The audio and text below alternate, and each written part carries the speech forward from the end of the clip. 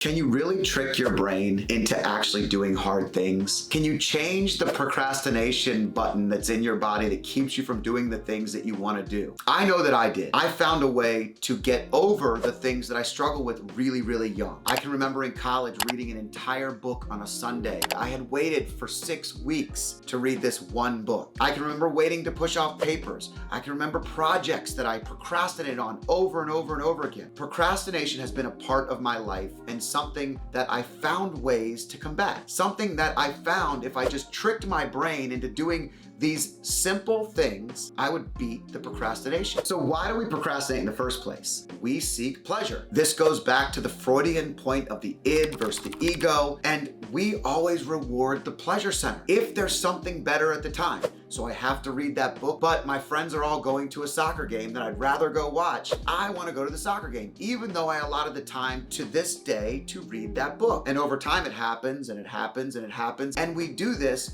because we seek pleasure over pain. It's very normal. If we don't want to do it and we don't feel like it's going to be a pleasurable experience, we put it off. And we do this with everything in our lives. It could be as simple as putting up our pair of pants. We take them off at the end of the day and lay them on something instead of just taking them, folding them, putting them away. I've done that. I just did it yesterday. At the end of the day, the pleasure seeking keeps us from actually doing the things that we really have said we want to do and we need to do. We also have a problem with the fear of failure. We want the result to be exactly as we see it. The fear of failure holds you back from actually doing the things that you want to do. But there's ways to beat it, and I'm going to go over them right now. The first thing that we can do to combat this challenge is we can break it into small pieces. We can split it up into little tiny pieces. BJ Fogg wrote a book called Tiny Habits, and the book goes over how to build a great habit. Starts with just one tiny thing every single day, right? It's something that you know you can do. You have to build that momentum. When you break it up, you start small and you actually build it from there. You're able to build the momentum needed. You know, I remember wanting to start a garden and we talked about it. We went over all the things we were gonna need and it felt so daunting. We didn't know where we were gonna put it in the yard or how we were gonna put it in the yard or what we were gonna plant. It all started where I just showed up at Home Depot one day and bought a couple gardening boxes. I didn't have any plants, I didn't have anything else, but I went home and laid out the boxes,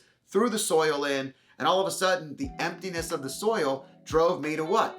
Now I gotta put plants in it. So we talked about the plants. I broke it up into small pieces and I beat the waiting game. It's very, very simple to feel overwhelmed when a project is big, even if it's just big to you. Sometimes writing something that you have to write that you don't want to do feels huge and it's so small. It might only take you 5 minutes. I can't tell you how many times I put off making a phone call just because I knew that I didn't want to make that phone call. But if I just called that person first thing in the morning, it would have been done. I would have been finished. I could have moved forward with so many other parts of my day and felt accomplished. Starting small, breaking up into small pieces allows you to actually see it on paper, see it on your phone, see it in a to-do list, and you check off one box at a time. After you build the momentum, it's easy. You actually want to finish it. You build enough momentum and now finishing the project becomes more important than putting it off. Number 2 is accountability. I believe in an accountability partner for lots of things that I procrastinate on. I personally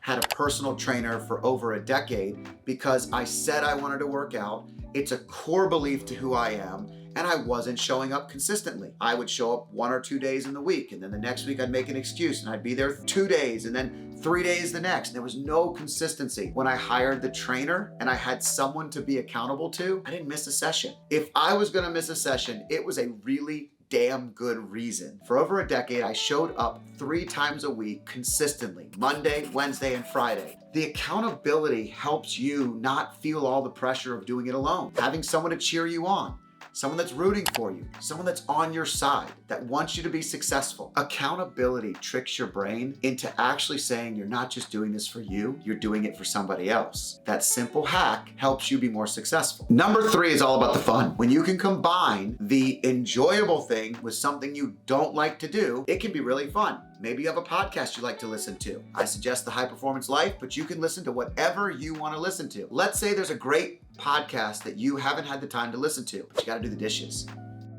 And you hate the dishes. And you put it off, and you put it off, and by the time you go to do it, it's so much work. But you pop that podcast in, and you enjoy it. Sometimes when I haven't moved enough and I've gotten a small workout in, but I know I've been stagnant all day, I know I have to go for a walk and it's gonna take time. Then I feel like I'm wasting my time. I don't have the time in the day to do this. And I force myself to take something I've been waiting to do that I really wanna do and enjoy, like listening to a podcast or a book, and I go for a long walk and I listen to a couple chapters. I feel double accomplished. I trick my brain into loving something that I hated to do. If I really hate it, but I can find something I enjoy doing with it, it's amazing how easy and fun it can be. Number 4, since we're talking about tricking the brain, is all about reframing. There are so many times in my life that I just reframe my thoughts to tell myself I love what I'm doing, okay? Because what I find is I often love what I did. It may not have been the action of doing it or building up to it that got me excited, but finishing it, actually completing it, was so fulfilling. And working out is another great example on this. So many times people dread getting up, going to the gym, doing the parts that they really can't look forward to. The motivation lacks, but they get there and their whole day is better because they did it. While I'm doing my workout, even when I don't want to do it, I will tell myself how much I love it. If I'm reading something that I know I need to read, and it's not something I'm reading for pleasure, but something I'm reading like a contract and I have to read the entire contract, I procrastinate on that all the time. But I tell myself about the result, about the business we're purchasing, or about the contract and what it means to our business, our employees, the people we're serving. I trick myself into finding all the good parts in it, and I tell myself how much I enjoy it, how much I enjoy the result. And it's amazing how reframing that thought process can really help you stop procrastinating. We procrastinate for all kinds of reasons. We talked about it earlier. Fear of failure, pleasure zone seeking, whatever it may be. You know what? Sometimes we procrastinate because it's the right thing to do. But if you find yourself procrastinating just because you're lazy, because you just don't want to do anything and there's not a real good answer there, I have a video for you. Never Feel Lazy Again is right here. Click, and you will be able to find the reasons and the solutions that you need to move forward, to never feel lazy again.